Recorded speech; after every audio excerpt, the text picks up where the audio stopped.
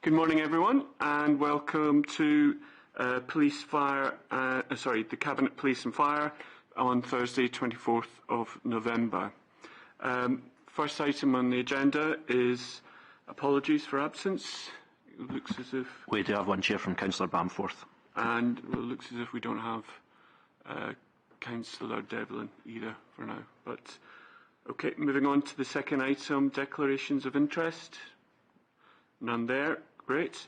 So moving on to the third item of the agenda, which is Police Scotland's performance report for the second quarter of 22-23. And this will be delivered by the Divisional Commander. Thank you. Thank you, Chair, and a very good morning to everybody. This is the first Police and Fire Cabinet I think I've actually done in person, despite being in post for almost 2.5 years, so that tells us a bit of context as to where we've been. Unfortunately, I was in annual leave during the last one, which was Graham's first one. So the first thing I would like to say, as always, is to pass my thanks on to all our elected members and partners across East Renfrewshire. I think the strong collaboration and partnership continues to evolve and continues to be strong, and that continues to support our commitment to keep people safe across East Renfrewshire. I think it's probably important that we have a bit of context round about quarter two and where we were in terms of quarter two last year, particularly when you begin to look at the statistical comparison of 1 year versus another, and indeed even the 5 year. What we now know, of course, is that the pandemic lasted longer than any of us anticipated, and continues indeed to impact on daily life just now. But quarter two specifically, in the 2021 year versus where we are now, and we were emerging from lockdown, but unfortunately many of you will remember that we still didn't manage to get to holiday, and we still had to book into licensed premises and restaurants. We were limited in terms of numbers that gathered. So we were under some form of restriction. So when we compare this year to last year, we need to keep that in mind, and unfortunately the 2 year impact of COVID has really influenced statistics. And so I suppose where I'm getting there is actually what's really important is that we understand the context of what's behind the numbers in these reports. We understand what's driving them, and we understand the trends, and that we continue to work positively in partnership, which I'm really confident that we do. I think largely it's a positive report. In the main, I think it tells us that we're in a good place, where the East Renfrewshire continues to be a safe place. And we'll continue to work hard towards that. I think my eye, and I know Graham and Michelle's eye, is very much on acquisitive crime at the moment.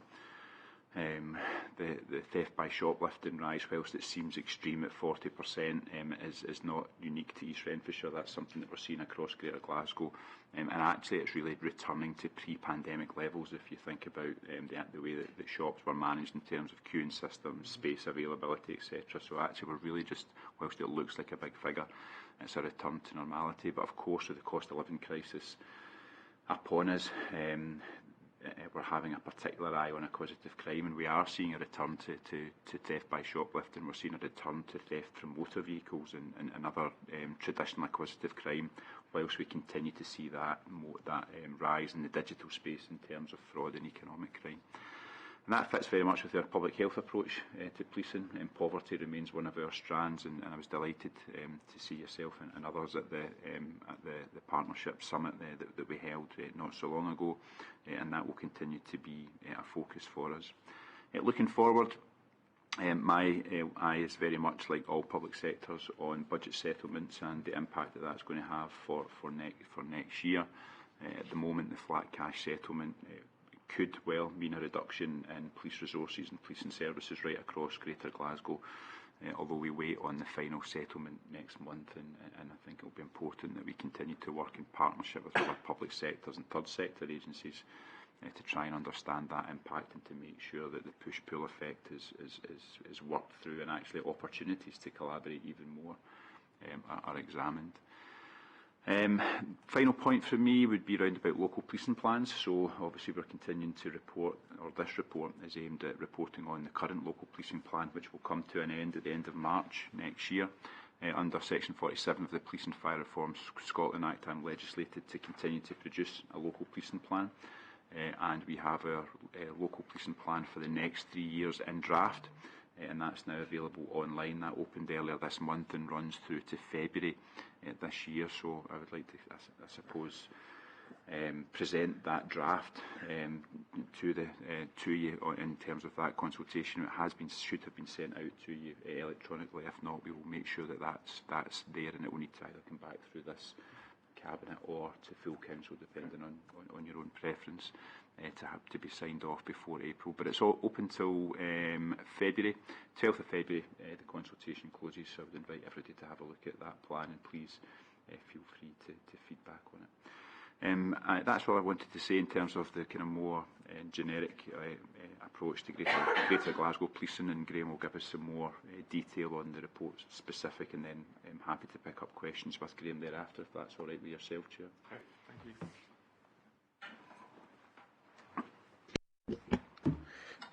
you. Thank you, Chair. Thank you, Chief Super. And thank you for the opportunity to present the policing plan update, which takes us up to the end of Q2 for 22-23. I've now been in post for just over 2 months, and I'm delighted to say over that period I've experienced firsthand the close partnership working relationships that there are within East Renfrewshire, and in particular with our colleagues here in East Renfrewshire Council and with the Scottish Fire Service. This report is our opportunity to update you on our progress in delivering our East Renfrewshire policing plan for 2020-23. The report highlights those areas of most concern in our communities and emphasises our ongoing commitment to address these concerns through our successful partnership working. As Chief Superintendent Sutherland has stated, the cost of living crisis and the future budget settlements will obviously have a part to play in how we move forward, but this report highlights the challenges, the positive outcomes and the range of good work carried out by our officers in this second quarter of this year. I'll firstly turn to acquisitive crime. During this reporting period, there were 61 premises broken into. This is a drop of 28% on the 5-year average. We have successfully detected 25% of these offences. Dwelling houses accounted for 33 of these offences. This is the same number as last year, but is an 18% drop on the 5-year average. Greater Glasgow Division has established a dedicated specialist team to assist local officers in dealing with the increased sophistication of these crimes. Criminals are now going to extreme lengths to avoid leaving a forensic footprint on these crime scenes. Overall, crimes of dishonesty for Q2 are 30% higher, as the Chief Superintendent has pointed out. That's 6% higher than the 5-year average. Theft by shoplifting has increased 40% compared with last year, and is unfortunately heading back towards the pre-COVID levels. This area remains under review as the cost of living crisis escalates, and we continue to work with the local retailers and Retailers Against Crime to strengthen preventative measures. Unfortunately, fraud continues to see an increase year on year, with 126 offences recorded this year so far. We are working closely with the Trading Standards team and local groups to highlight known scams and to educate people on some of the simple steps we can all take to protect ourselves. Our joint approach, utilising the specialist skills of our Economic Crime and Fraud Unit, will be outlined in a presentation to the Council members on the 14th of December. Public protection. There have been 56 sexual crimes recorded to date, which matches the 5-year average. The detection rate has increased to 38%, and we will continue to build on this. There have been 5 reported rapes or attempt rapes recorded over this period, which is lower than the 5-year average of 8. We have successfully detected 40% of these offence types. Over this period, there have been 2 attempt murders, with both being successfully detected. Serious assaults are down 50% on last year, and they have a successful detection rate of 71%. Domestic abuse continues to be a high-volume area of concern, where we are rightly focusing resources and attention. There have been 256 domestic abuse incidents so far this year. This is down slightly on last year, that's down by 5%, and the 5-year average, which is down by 2%. Domestic incidents involving crimes reached 112. We successfully detected 82 individual offences over that period. We continue to work with and learn from victims, their experience, and their input is vital to help us focus and for us to adapt our approach. Our successful annual 16 Days of Action campaign works to end violence against women and girls. This campaign sees Police Scotland, along with partners and survivors of domestic abuse, deploy a wide range of tactics to tackle this area of crime. Tomorrow is the launch date of the 16 Days of Action, and tomorrow we will see the That Guy campaign being highlighted. Moving on now to drug dealing and misuse. During this period, we had a 100% detection rate for the 62 drug offences recorded. There has been a 40% drop in recorded offences compared to last year. We have successfully detected 2 offences of production, manufacturing and cultivation of drugs, and 4 offences of supply of drugs, including possession with intent to supply. The downwards trend in this offence grouping is not unique to East Renfrewshire. Last year saw the lowest number of offences recorded nationally for over 10 years. We continue to work with others to build our intelligence picture in order to target those affecting our communities with the unlawful supply of controlled drugs. Looking now at violent crime. Non-sexual crimes of violence are up to 36 this year, compared with 32 for last year. Whilst offences were up overall, we only saw 7 serious assaults recorded over this period, which is down 50% on last year. This period also saw us record successful detections in 71% of serious assaults. As reported previously, we detected offenders for both the attempt murders that took place during this quarter. Reports of robberies were up to 8 from 4 for the same period last year, with a 75% detection rate during this period. Although East Renfrewshire continues to experience an extremely low level of violent crime, we remain vigilant, using analytical products to establish any trends around individuals, places or premises. Our close working relationship with East Renfrewshire Licensing allows for quick interventions and joint visits to premises of concern. This stops potential violence hotspots from developing.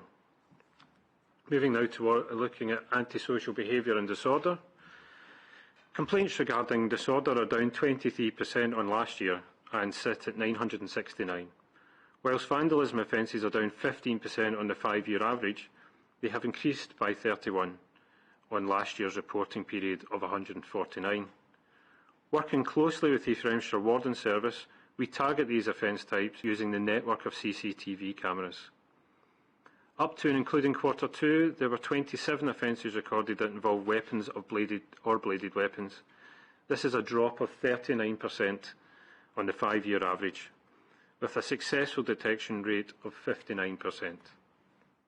Antisocial behaviour and disorder is often fuelled by alcohol and drugs misuse. Mental health can also impact on an individual's ability to reduce offending. Only through collective and effective partnership working will these triggers be addressed. Our investment in the work of the Drug and Alcohol Partnership and our successful local Greater Results in Partnership group tackle these issues head-on. Through weekly tasking meetings and daily information sharing, we ensure the right support and agencies are involved.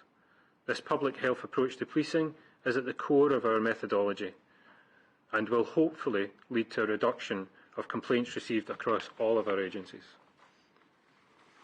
Now looking, and with regards to our areas of focus, I'd like to give the following updates. Violent crime. In July, a 41-year-old man was threatened at knife point and his dog was stolen. Our robust and effective call handling process ensured that a number of police resources, including specialist resource units, were deployed promptly, and a 26-year-old man was arrested and charged with this crime. In the same month, a 35-year-old man was assaulted and struck with a golf club within the Rooken Glen area, following an altercation with another male. Through rigorous investigation, a 22-year-old man was identified as being responsible and was subsequently arrested and charged. In relation to drug supply and manufacture, during the second quarter of this reporting period, officers have continued to target individuals and groups who are involved in the supply of controlled drugs. In September, officers whilst on patrol in Newton Mearns area observed a vehicle stopped in a suspicious manner. The driver was detained under the misuse of drugs legislation and was found in possession of a quantity of controlled drugs and money. The money was seized under the Proceeds of Crime Act. The 24-year-old male driver was charged and reported to court. Looking at crimes of dishonesty, as highlighted earlier in this report, the prevalence of crimes relating to fraud has increased both locally in East Renfrewshire and across the United Kingdom. Criminals continue to develop ever-changing methods to commit frauds and often utilise communications networks and the internet to target vulnerable individuals. Whilst victims of fraud can come from all age groups, we remain alert to the criminals attempting to coerce vulnerable residents to attend in person at banks to transfer withdrawals of large sums of cash. Investigating fraudulent crimes can be complex, and can be a complex investigation and require specialist skills. Technological expertise as well as support from financial institutions and organisations. During this last reporting period, over £132,000 has been recovered for complainants subject to bank or online fraud within East Renfrewshire. A 40-year-old male has been charged with defrauding a 51-year-old male out of over £7,000 for work on his home that was never actually carried out.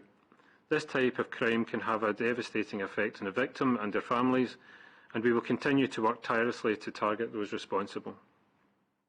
In August this year, a number of businesses and commercial properties were broken into within the Giffnock area. Local community officers engaged with the businesses to offer crime prevention advice and support, whilst investigations continued, and through diligent work of the officers and intelligence we gathered, a 39-man was identified as being responsible and arrested, where he was remanded for custody to court. In regards to vulnerable road users, positively influencing driver behaviour and improving road safety remains a local priority as identified by East Renfrewshire residents. Police officers have responded to community concerns about speeding vehicles and have carried out a number of checks across the area.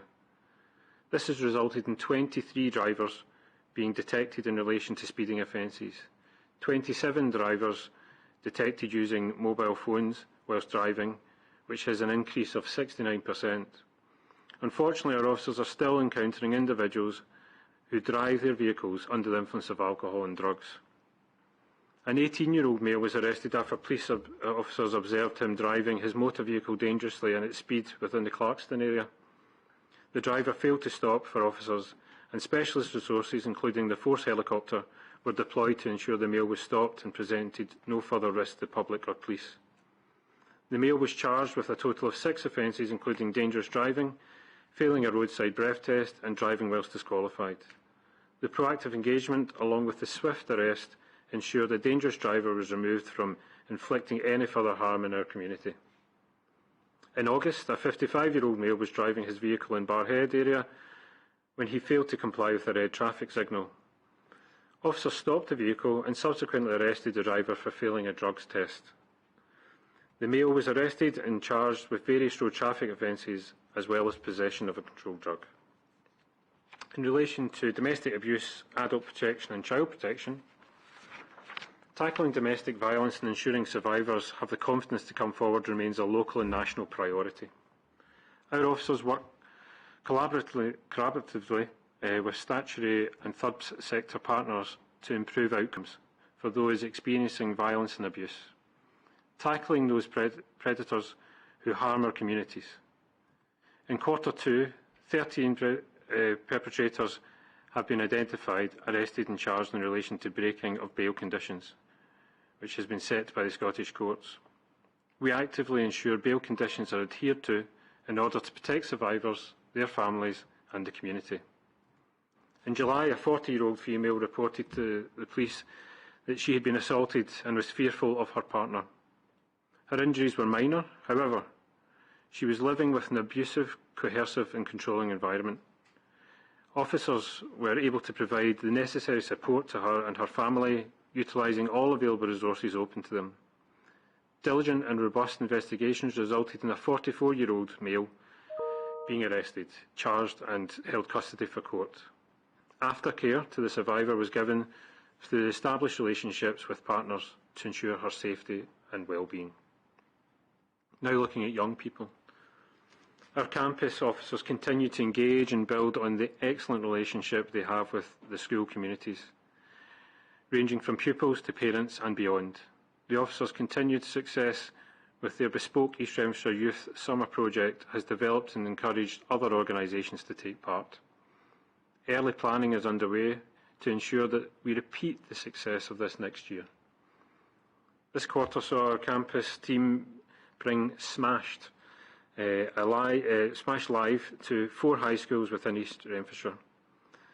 These performances highlighted the dangers of underage alcohol consumption. This was performed by Collingwood Theatre Group as part of a UK-wide tour. Campus officers were recently selected by East Renfrewshire schools to take part in a careers fair and talk about the recruitment process, the benefits of being a police officer, as well as dispelling the myths that exist. All our campus officers are visible within the school communities, and their commitment is commendable. Finally, Chair, I'd like to thank the Council, executive members and staff at East Renfrewshire Council. Many have taken valuable time out of your diaries over the last 2 months to meet with myself, to discuss our concerns, our successes and the future direction of travel. I was delighted to attend the East Renfrewshire Child Poverty Oversight Group this week. This is a great example of how East Renfrewshire Council have brought together the right people to understand and tackle this issue. Our public health approach to policing with the new additional strand of poverty will build on our approach and our input into these crucial groups. East Renfrewshire Council is clearly an authority that sees policing and what it achieves for the people of East Renfrewshire as a priority. As we move forward into an uncertain landscape affected by the cost of living crisis, this partnership and mutual scrutiny will be crucial to ensure we work better and smarter to deliver against the local policing plans of East Renfrewshire. Chair, thank you again for the opportunity to present our support. This concludes my review, and I'm happy to take any questions from you or other members. Thank you. Thanks very much for that report and for the introduction as well. I think Councillor Pragnell would like to come in. Thank you for that report. It's just a question about break-ins in particular. So given the recent reports we've had in the media from England about the lack of police presence after break-ins, can you confirm that Police Scotland officers attend the scene of a break-in within 24 hours and that there is constant dialogue between victims? It's quite concerning. I know that was in England, but it's something that we need to be aware of. And in the run-up to Christmas, will there be a campaign on break-ins, given that we know break-ins are more likely to occur at this time because of presents under Christmas trees and the winter nights? So that would be interesting to know if there is going to be a campaign. And similarly, will there be a local and a national campaign to try and combat drinking drugs in the festive period? I know there usually is, but with Christmas party season fast approaching, it's important that we get our message across that this won't be tolerated, and to try and get the message, if you are drinking, please use public transport or other means. Thank you. Thanks, Councillor. I'll maybe pick up on the look forward towards the festive campaign and what that will look like, and I'll let Graham come in and speak about our contact assessment model and how we risk assess calls and then deploy resources to them, and what that looks like in terms of the 24-hour period.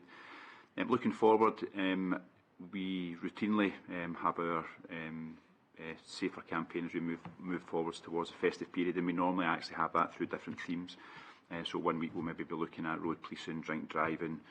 We'll then move on to home security and keeping lights on, etc. during key periods. And then as we move closer towards the kind of party season, towards December, we will then move on more to kind of personal safety in terms of planning your nights out, etc. So we're currently in discussion with a range of partners to put that festive safety campaign together, and it will again look to do that on a thematic basis to try and cover all of those themes which we see unfortunately recurring on a year-on-year basis. Graham, do you want to come in on the contact assessment model and the response to break-ins?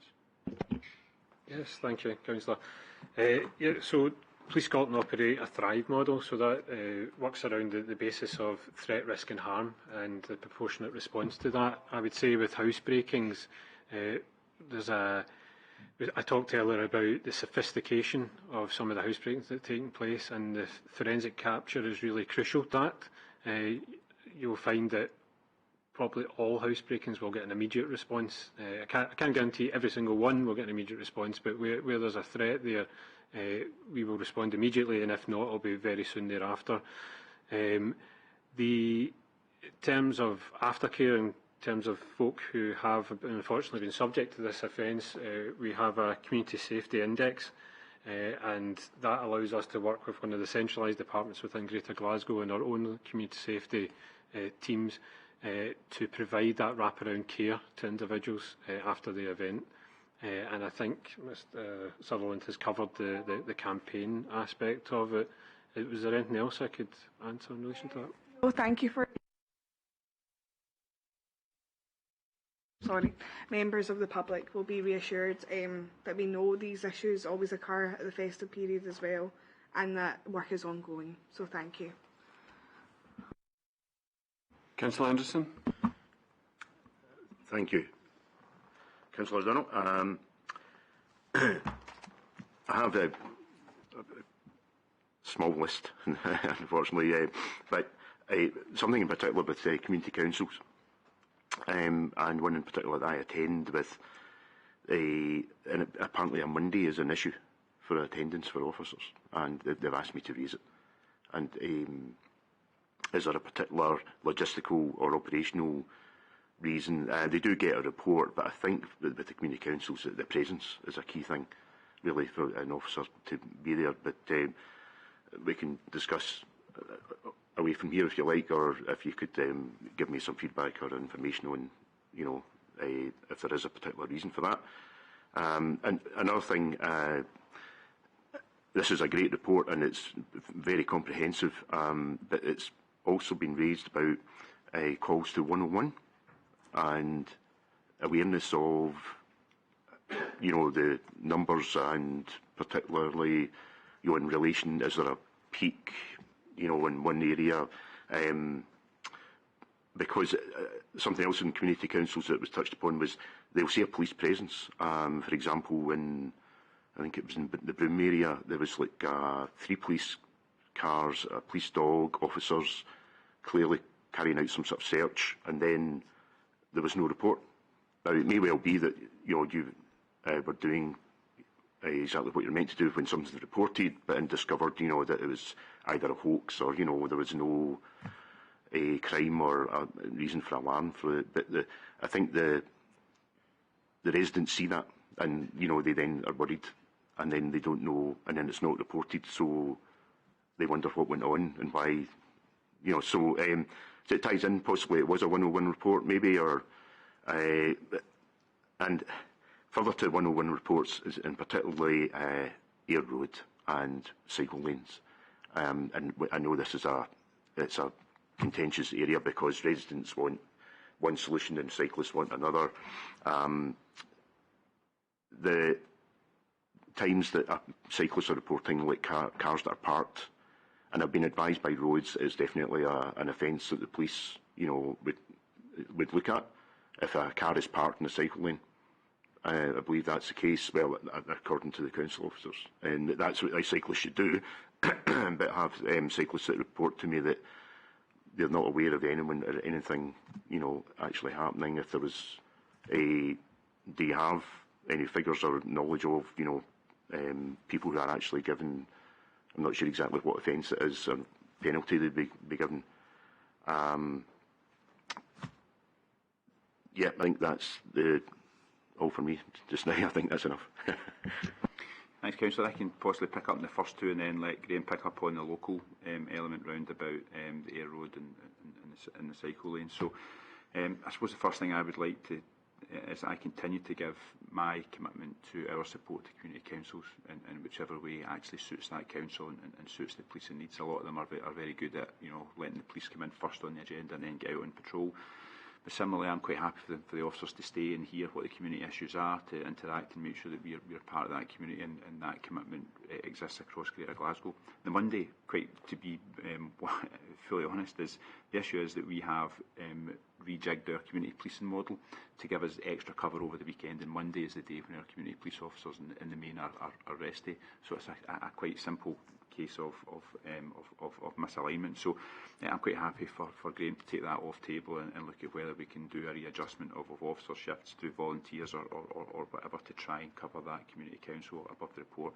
But it's a simple misalignment of dates, and maybe the community council, maybe if they want to hear the police, maybe every second one could move their date or whatever. But I think we can take that off table and find a workable solution, because we certainly have the desire and commitment to support that community council where we can. In terms of 101 calls, is it more in terms of call waiting times round about 101 you're looking at, or is it just in general presentation of figures, possibly?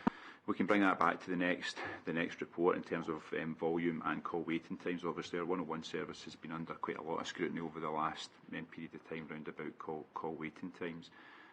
We are, I have to say, quite proud of some of the responses that we have around about 101. We are one of the few agencies, law enforcement agencies, who actually publish their 101 statistics around about how long people have to wait for 101, and it's been a particular challenge during the COVID times when you look at social distancing and the capacity that we've had in terms of the offices, etc. So, but we understand people's frustration when we have peak demand and people have to maybe wait additional time when they're trying to just ascertain, is there a safety issue in the area? They can see searches ongoing, they're phoning in and they're waiting. But if you're happy, the chair's happy, we'll bring back a section on 101 figures in terms of waiting times and volume for the next report. And I'll let Graham speak to the Excellent, thank you. Ayr Road. Thank you, Councillor. Yeah, in relation to Ayr Road, I'd like to speak about cycle lanes in general first of all. So I'm a keen cyclist myself and understand the concerns there in relation to cyclists. So depending on the type of cycle lane will depend on whether there's an offence there that the police can act upon. So cycle lanes are enforced by local authorities, and depending on the type of cycle lane, police can enforce it if it's an obstruction being caused, which is a judgment call on the day by the officers, and we would investigate any of them. So maybe if you and I speak off table around this, and you can point out the particular area of concern, and we can investigate into that to see whether the cycle lane is one that's enforceable by the council or one that would be enforceable through obstruction. And in relation to instances where you've maybe not had feedback, unfortunately sometimes there are instances that you can see a visibility, as you talked about the dog van, I think it was, and some other police vehicles at a location.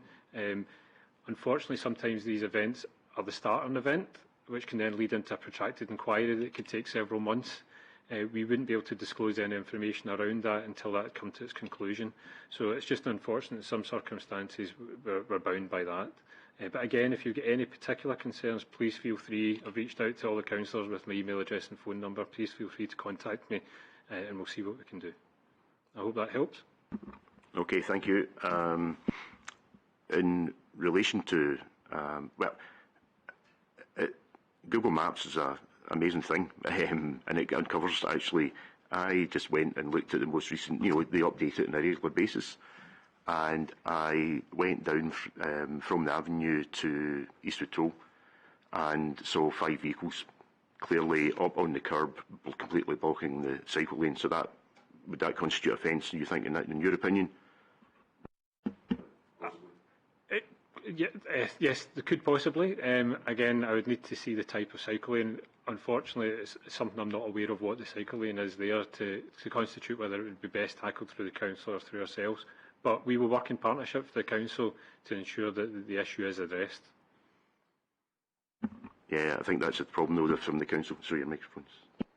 From the council's point of view, they made it clear that they thought it was a police matter, and in that instance, and the concern is, I have had emails from cyclists who have said that they've reported it and not aware of penalties being issued. But We can talk about it actually and discuss it. I'm happy to do that. I think sorry. Lorraine would like to come in. Could I also mention, just you touched on about things that occurred and you can't necessarily report because it's the start of an incident. That's fair enough. But I did notice that in your actual report today, it's just in case that this has to be a record that has to be maintained by the council. You mentioned a couple of under the vulnerable road users, a Barrhead 55-year-old, but it's not actually in this report. And I felt as if you were reading from the report, but then it's... And then there was also domestic abuse, adult protection. You mentioned an incident with a 44-year-old, and you mentioned 2 incidents, but only one's actually in this report. Just an observation.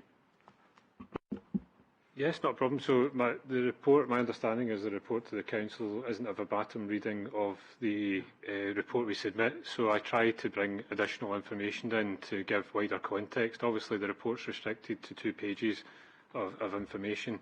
So hopefully that explains. No, that's fair enough. It was just an observation, just in case. Okay, Lorraine, do you still want to come in? Thank you, Councillor Donald. I was just going to suggest in terms of parking near road, if perhaps Graham can get together with Murray and our roads team, so we're just getting a clarification, because I think I'm sitting here without the full knowledge, and I think Graham as well, because it is very dependent, as said, on the type of cycle lane and who's responsible. So we could do a wee bit work of that offline and let you know once that work's complete, so we've just got absolute clarification. I think the experts in it aren't at the meeting, so we just need to speak to the experts and we'll get back to you with a confirmed situation. All right, thank you. And I think Divisional Commander would like to come in. Thanks, Councillor. I think we know, it's an emotive subject in terms of cycle lanes and how they're used, and as we move towards a more proactive use of, active travel and cycling, that's something we're keen to support. I suppose what I would like to do, though, is temper that roundabout expectations. We know that policing demand continues to increase, and for me this is all about public safety, and I very much support Graham and the officers in terms of actually understanding local issues and actually focusing very much on public safety. So, what I wouldn't like to see, and I'm sure nobody would like to see, is that all 7 of those individuals who have parked on their road get police attention and receive a fine, if indeed it is sitting with the police's responsibility. I think when we look at the depth in the report and the challenges that sit about policing, I think it's important that we allocate our resources to where we're going to get the best public service from them and the best outcomes. And I think it's important that officers would make a decision based on judgment in terms of where's that vehicle parked. Is there something else they can do? Can they actually just speak to the whoever the household is, to the driver? Can they make an assessment, see, well, actually there's plenty of room for a cyclist to get round there and still stay within the cycle lane safely? And I don't think I would want to see officers coming out to every instance where there is a vehicle parked in the cycle lane. That said, if there is a public safety issue, we will absolutely be there, and I think it's important that Graham supports that group. The Chief Exec has suggested it comes together to look at that as an issue, so thank you. Okay. Thank you. I've got a few comments. First thing is, you mentioned earlier the public health seminar you had earlier last month, I think. I have to say that was very encouraging, and I'm glad I attended, and I'm sure it was eye-opening to many of the officers that attended there as well. And very timely, given the cost of living crisis and your approach to poverty and having a little more of a preventative approach was very encouraging to see. Difficult to implement, but very encouraging to see. And obviously, given the cost of living crisis, the impact on acquisitive crime and potentially domestic abuse, very timely and helpful to see that you're focusing on those areas. A couple of very specific questions on the report, and I thought the report was very helpful and very full, which is good. On sexual offences, we touched on this last time. The detection rate has gone up, and I think you explained about there's a timing issue in terms of the periods we use. So can you explain what is the timing period? Is it April to March that you're using? And what happens to cases that happened in the previous year? Do they fall off, or how do we, what's 38%? What's the baseline for that, if that makes sense? So the report's from it covers both quarters, so it's an accumulative report every time we come. Right. So that last quarter, I believe the detection rate was sitting around about 35 or 34%. Since then, the cumulative figure has increased to 38%. I think the issues we talked about the last time around sexual offences are they're very protracted inquiries. Right. So we may not get a detection for something within even the 12 months. Sometimes it can take that long. We have seen an increase in sexual offences in relation to historical or non-recent, they're now classified as, so anything that's a year, calendar year or older. They obviously take much longer to carry out investigation into. And I suppose one thing to highlight for yourself, sexual offences, there's been a marked increase of ones that involve cyber. There's a terminology, sextortion, and these sort of offences that are taking place as well. So again, not easy to investigate initially, and it will be protracted inquiries. Very helpful, thank you for that. The other point I wanted to make was really on drug offences. Now that looks a really encouraging report in terms of what's achieved in the last quarter. I attended the IJB's, the Integration Joint Board's board meeting yesterday, and it discussed the ADP, which is the Alcohol and Drug Programme. Just wondering how closely aligned you are with that and how aware you are of that, because obviously there's a lot of huge initiatives going on there, so it'd be helpful to understand your involvement in that area. Yes, thank you, Councillor. Both Michelle and myself sit on the ADP group, and I've attended 2 meetings now since I started 2 months ago. There's a close working relationship there with the chair and those that sit under the chair as well. So we're aligned in terms of what we do, and we definitely see ourselves as having a permanent seat within that locus. Just to kind of reassure you again around the drug aspect of it, offences have dropped, but so has reporting from the public. So there is a wider cultural context there in relation to the drop in these offences. I think 25% was the drop in calls in relation to drug offences this year compared to last year. Thanks for that. That's very encouraging to know there's close involvement with the ADP. Perfect. Thank you. So unless there's any other questions, and it doesn't look as if there is, thank you very much. And we'll move on to the next item on the agenda, which is Scottish Fire and Rescue Service. Again, performance report for the second quarter of 22-23.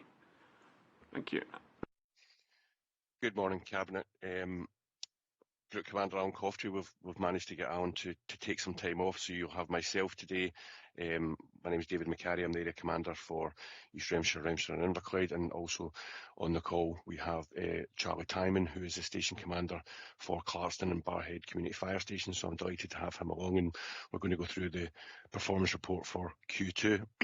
So towards the end of the year and the start of next year in Q4, we will come back to Cabinet and review the local fire plan and talk to that and the performance against that. But if I could take a moment just now, just in advance of that, just before starting my report here, just to highlight a few of the achievements we've had this year in East Renfrewshire.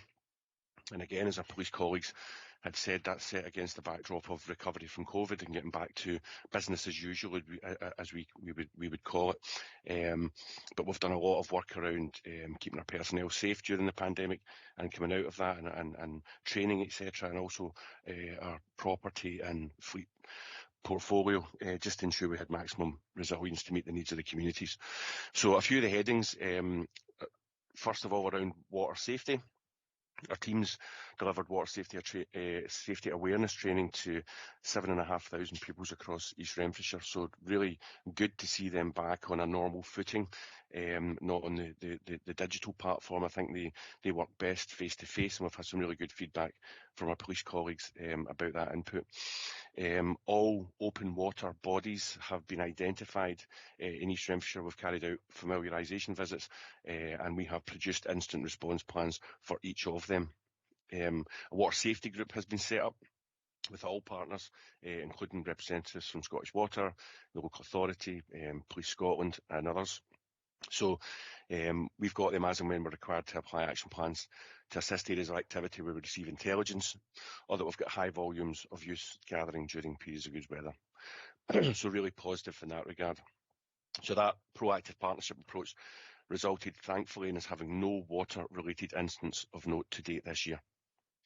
In terms of the stations themselves in East Renfrewshire, we've invested in our property portfolio, resulting in significant building upgrades to both Clarkson and Barrhead community fire stations, and brand new fire appliances. So the fire engine, as people would call it, brand new fire appliances at both Clarkson and Barrhead. So really good to see that.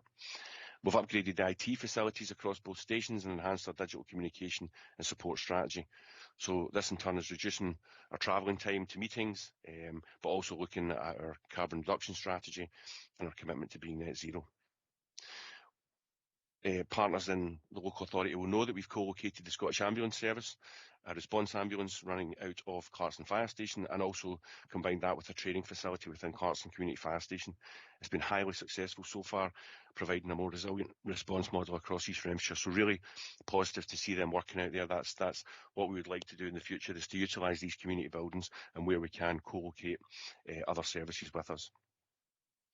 In terms of fire safety training, the community action teams delivered fire safety training and established referral pathways with over 200 foster parents, home care and care home staff across East Renfrewshire.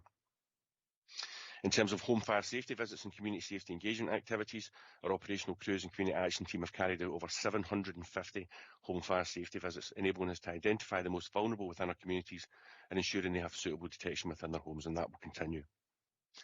They've also carried out 350 engagement activities across East Renfrewshire this year, ranging from thematic plans around seasonal fire safety, youth engagement, falls prevention, and fire safety within the home environment.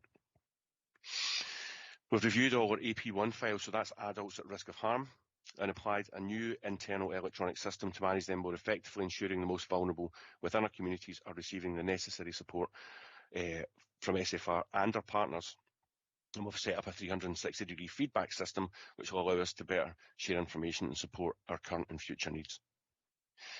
In terms of the non-domestic fire safety audits, we've carried out over 50 audits to relevant premises such as hotels, care homes and businesses to ensure they're complying with their duties under Section 3 of the Fire Scotland Act. And finally, Chair, before I take you into the body of the report, the bonfire strategy. Although not in this reporting period, we've just concluded our bonfire strategy, which, supported by our colleagues in Police Scotland and East Renfrewshire Council, was extremely successful, resulting in no attacks. I know that sounds like quite a low bar to set, that there was no attacks on our crews and no incidents of note across East Renfrewshire, but that's the reality of that time of year. But really pleasing to see a relatively calm and safe period for members of the public and for our crews and our partners. So really pleased to highlight that. But really, I'd like to highlight none of this would be possible without partnership working, and I know Cabinet members will hear that a lot, but really everything that we do is not done in isolation.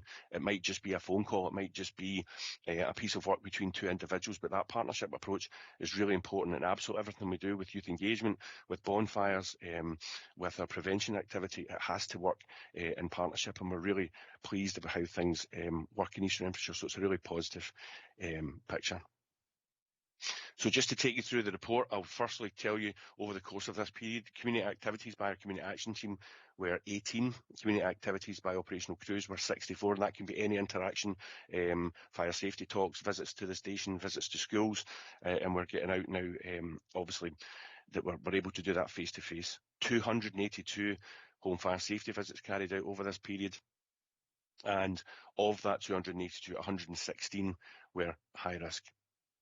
In terms of post-domestic incident response, so where we've had any type of incident in domestic accommodation, what we will do is speak to neighbours whilst the crews are in that area and carry out a post-domestic incident response and offer up home fire safety visits for those neighbours. 46 of them were carried out, and of that 46 we generated a further 37 home fire safety visits, so quite a high proportion there. In that period we fitted 117 smoke detectors, so it's pleasing to see that work is still ongoing. So moving on to the first indicator, and that's accidental dwelling fires. We can note here a significant decrease of 38% year on year, and an indicator an 11% on the 3-year average.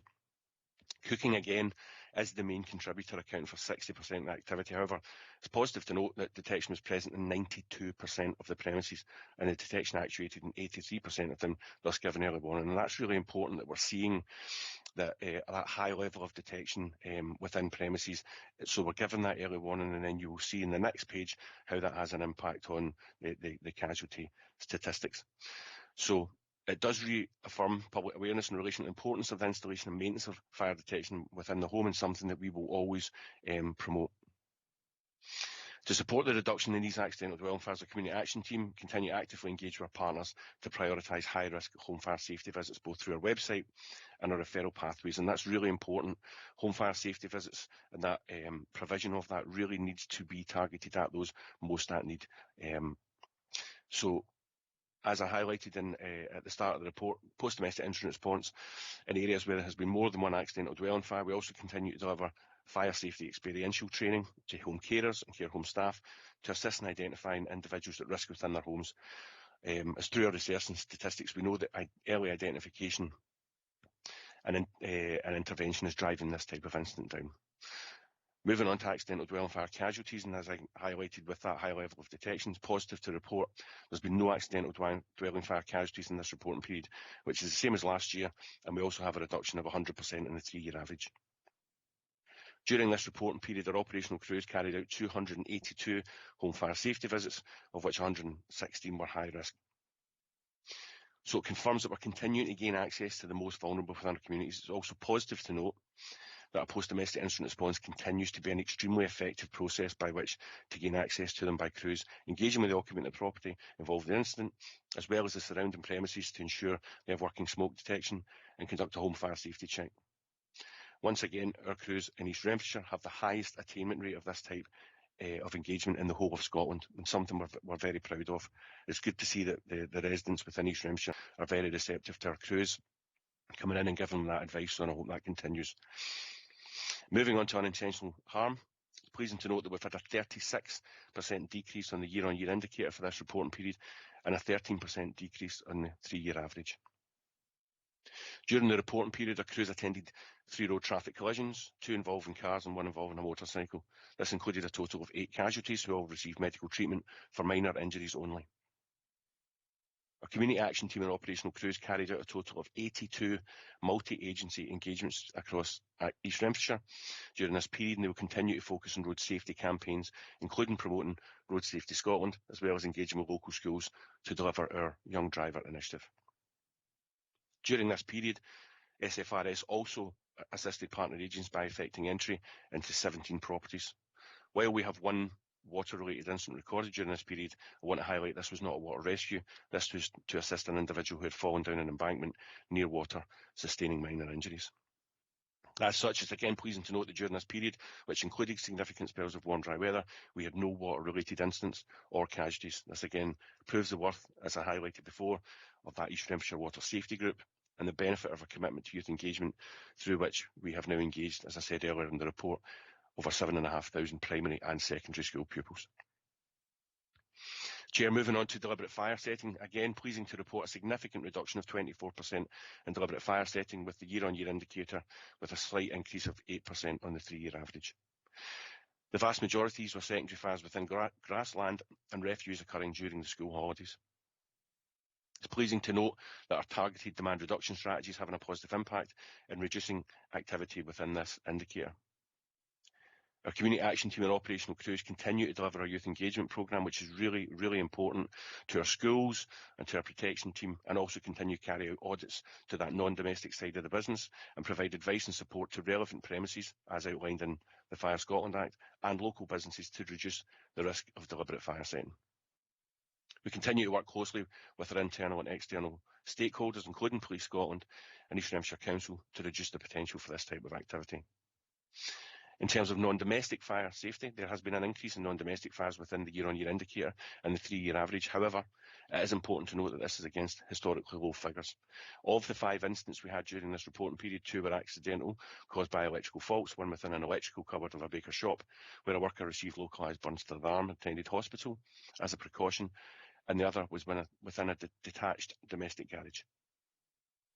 We also had two where the cause was undetermined, one within a farm building, another within a fishery outbuilding. During this period, we had one deliberate incident, which was a small fire on the roof of a primary school in Thornbank, causing minimal damage to a skylight window. And Chair, finally, UFAS, unwanted fire alarm signals.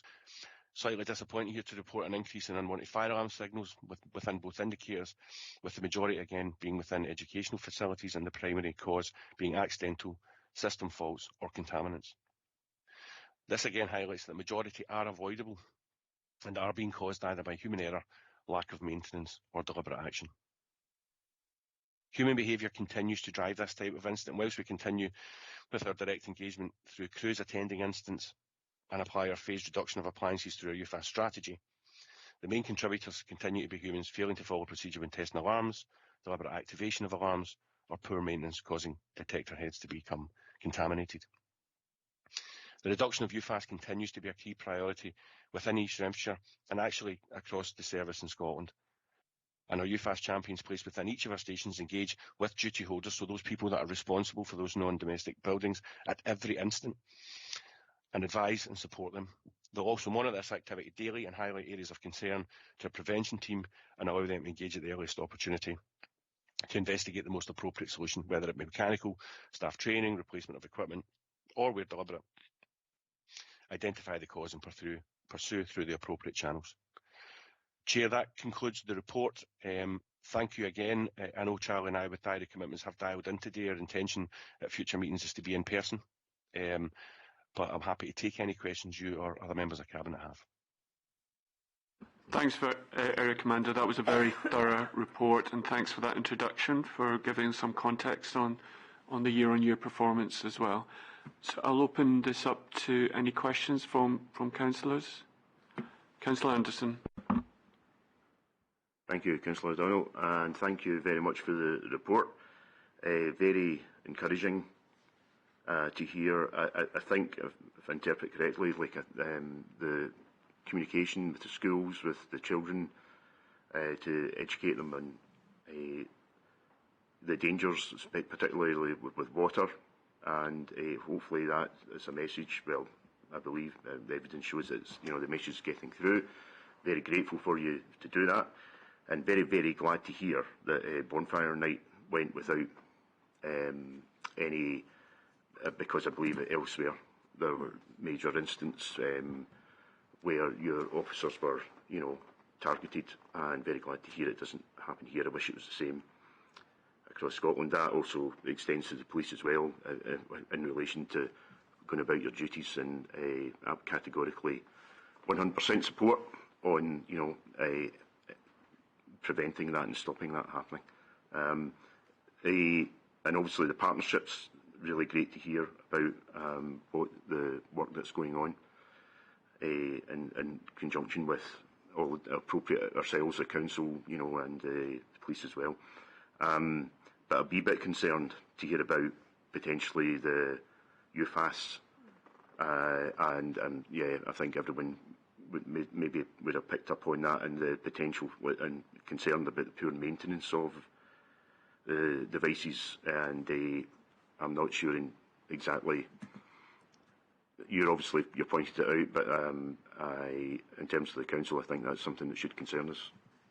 Thank you. Thanks, Councillor. I think it's first and foremost the detection systems within non-domestic premises are doing what they're intended to do. They are raising that alarm. Now, it's the cause of the alarm that we want to explore. So first and foremost, when there is an emergency situation, there's products of combustion or whatever that is, it's really important. And we saw that reflected in the domestic side of what we do, that when we get that early detection off in either the casualty numbers or indeed the severity of the effects on that casualty. So it's the same in the non-domestic. So on the one hand, we are happy that the detection is in these premises, and we will always encourage that, and we will make sure that those systems are robust and modern and are appropriate for that type of accommodation. But we have to also understand that what comes with that is false actuations of them. And you'll see within the types of premises that not just in East Renfrewshire but right across Scotland, the types of premises that are there are premises that have a lot of people in them. So it's your schools, it is your hospitals, it is your care homes where people are there 24/7. What's vital for us is to make sure that as much as we can is to make sure that people who are responsible for these systems understand what can activate them, whether that's through the maintenance, whether that's through testing and not putting the systems offline, or indeed the way in which people are behaving in those buildings. So it's a perennial challenge for us. It's something not specific to this area. It's across Scotland. We have gone out to consultation earlier on in 2022, but the actual implementation of the UFAS approach that we are going to take will be delayed until sometime next year. But the point at which that happens, myself, Charlie and Alan will come back to Cabinet and explain what that means for businesses. Thank you. In relation to actually education, I am aware of the new devices because as a result of the pandemic and quality of air and monitoring of levels. That the devices, are they separate? That detect, and they're smart devices nowadays, and they can be monitored remotely. Is the complexity causing issues possibly, or where these devices are not just monitoring, obviously for smoke and fire, but is that an issue, do you think, or do you think they're separate? No, I don't think there's a challenge around the systems themselves. As and when the schools are built or are refurbished, the detection system that's in that premises will be fit for purpose in terms of the use of that building. Really what we find with a lot of unwanted fire alarm signals is that human interaction, that human error, like I say, whether it's that testing, whether it's an accidental breaking of a call point or the release of some substance. It could be something as simple as deodorant in an environment where there's a detector. So it's those types of actuations that we want to try and drive down and put more responsibility back in the duty holder, really just to let us know if we are required. A lot of the time, a lot of the investigation that gets carried within not just educational premises but any non-domestic premises gets carried out while the fire appliances are proceeding under blue lights, and a lot of the time the crews will turn up and the people on site will already know what's happened. They will know that it's been a false actuation, they will know that a call point's been broken, and they will brief our crews. So realistically, in terms of our UFAS approach moving forward, the main step that we want duty holders to do is really just to let us know if they need us. In the situation where they're not sure, it might be a smell of burning, the full weight of response will always be attracted to these premises. But it's those occasions where they know that we are not required, that they let us know. But in terms of the systems, no, it's nothing really to do with the systems. If there was potentially a detector head that had been placed within a building that was in an inappropriate location, then we would advise accordingly through our protection teams. But in general terms, a lot of the actuations that we see that end up unwanted fire alarm signals are generally to do with human involvement. Thanks, Councillor. Okay, thanks for that. I'd just like to add on that UFAS issue. It's a stubborn issue. I haven't been in this position for that long, but it's been consistently a reporting matter. I wonder at some point if it would make sense for someone from education to come to this committee. And would you like to come in, Louise, on that point? At some point to say what that we're comfortable with the joined up programme we have. We don't have anyone from education at the meeting today, but when we saw the report coming through, we did talk to education about these figures and make sure that they're discussing them and on the figures. So they do have a joined up approach with the fire service. They are concerned themselves about the activations in schools, and they are arranging meetings to discuss this in more depth with the fire service. Since schools went back in August until the 11th of November, there were 16 activations in schools. 2 of those were about a property fault. The rest of them were things, as Mr Macari says, around alarms being set off by pupils, deodorants, vaping, and 1 cooking. So there is a kind of mix there, and they're very much investigating those with the schools. And in the schools that the higher volume of incidents, they're very much talking to the pupils about those things and trying to raise awareness of where those incidents are coming from. So I believe there is a joined up approach there with education. Thanks. Okay, well, thanks for that update. I do think we probably need to keep a marker on that, because we had similar comments at previous meetings in terms of what was happening. It'd be useful to see if we can actually make much more progress than what we're already doing on that front, because obviously it's not great use of our fire officers' time. We're very conscious of that, and and we have a responsibility to help on that as well. So let's keep a watching brief on that and make sure that we are clear on anything further that we can do within the Education Department. The other thing I would like to just commend, actually, and it's both to police and fire, and it was really encouraging to hear you both talk about very good partnership working with the Council. That's very encouraging to hear, and I'm sure it will be welcomed by the Council to hear that as well. And I'm very conscious, with budget pressures on all three of us, that this is going to be difficult to maintain to the standards that we've achieved so far. But I think we all, will probably recognise that it's important to try to keep those relationships as tight as possible, really on a preventative basis, more than anything else. But I know there will be pressures on those relationships going forward. So I appreciate you making those comments. They're very welcome to everyone here in the Council. Thank you very much for that. And unless there's any other comments or questions, I don't see any. I think we can draw this meeting to a close. So thank you all for attending, and we look forward to seeing our fire officers in presence in person at the next meeting, if convenient. Okay, thank you very much. Thank you. Bye-bye. Thank you, Chair.